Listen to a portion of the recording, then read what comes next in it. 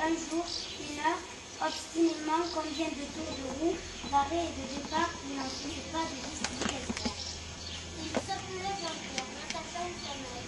Certains prenaient des coups au bras ou d'autres ne criaient pas. De la fin des combats de la Seconde Guerre mondiale en Europe. En cette journée de souvenir, nous honorons en premier lieu les victimes civiles et militaires de ce conflit meurtrier. Notre pensée va en particulier à tous les déportés, aux internés, aux fusillés, aux prisonniers et victimes du STO, à toutes les populations annexées ou déplacées et à toutes les familles endeuillées par la guerre. Nous exprimons notre gratitude à tous les combattants des pays alliés qui sont morts pour libérer notre pays. Nous rendons également hommage à l'acte décisif du général de Gaulle le 18 juin 1940, qui comprend, au milieu de la débâcle, la nécessité pour la France de rester dans la guerre. C'est à ses compagnons et à tous les Français libres qui ont combattu avec lui aux côtés des alliés sur terre, sur mer et dans les airs que nous rendons hommage aujourd'hui. Nous n'oublions pas, enfin, l'apport décisif des mouvements de la résistance intérieure. En ce jour anniversaire de la victoire contre le nazisme, souvenons-nous du sacrifice de ces femmes et de ces hommes qui préfèrent mourir libres plutôt que d'enchaîner. Au cœur de la Seconde Guerre mondiale demeure le génocide perpétré par l'Allemagne nazie et ses complices contre les Juifs. Alors que venait parfois la tentation de banaliser ce crime ou de falsifier l'histoire, rappelons encore et toujours que ce crime contre l'humanité ne peut être oublié et qu'il ne doit pas être oublié. Le 8 mai 1945, c'est aussi un monde nouveau qui se dessine, porteur d'espoir. Avec la Charte des Nations Unies, adoptée à San Francisco, prenez le vieux rêve d'une humanité vivant réconciliée dans la concorde et l'harmonie.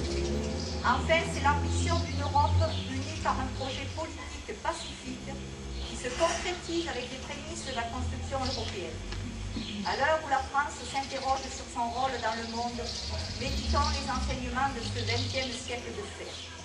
Méditons le message de ces hommes, tantôt illustres, tantôt méconnus, qui se sont levés durant cette guerre pour refuser la défaite et préserver nos libertés.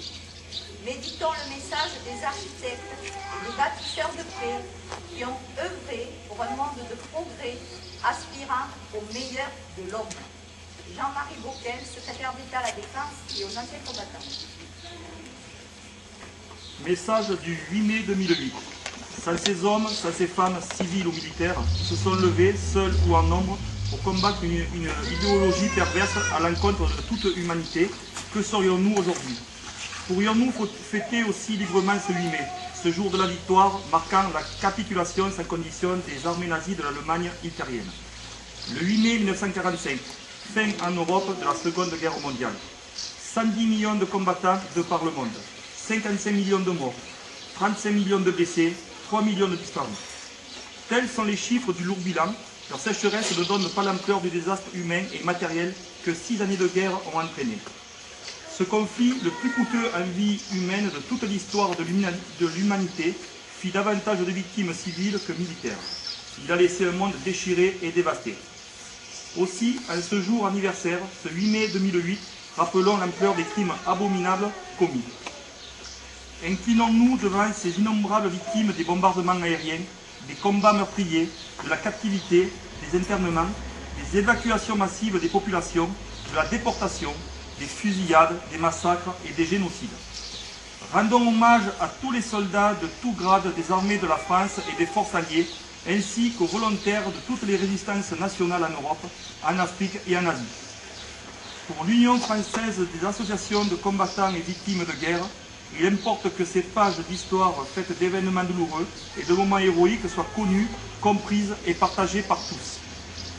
Il importe que dans un monde globalisé, incertain, inquiétant, tous nous prenions conscience de la fragilité de la paix, que la jeunesse fasse preuve de vigilance pour ne pas connaître un tel drame et qu'elle perpétue le souvenir de toutes celles et tous ceux qui se sont sacrifiés pour que nous vivions libres et en paix. L'Union française des associations de combattants et de victimes de guerre engage donc les générations nouvelles à tout mettre en œuvre afin d'empêcher tout recours aux armes pour régler les différends et qu'enfin s'ouvre une ère de paix et de fraternité. Et comme disait le poète, « Et s'il était à refaire, je referais ce chemin, la voix qui monte des fers parle pour les lendemains ».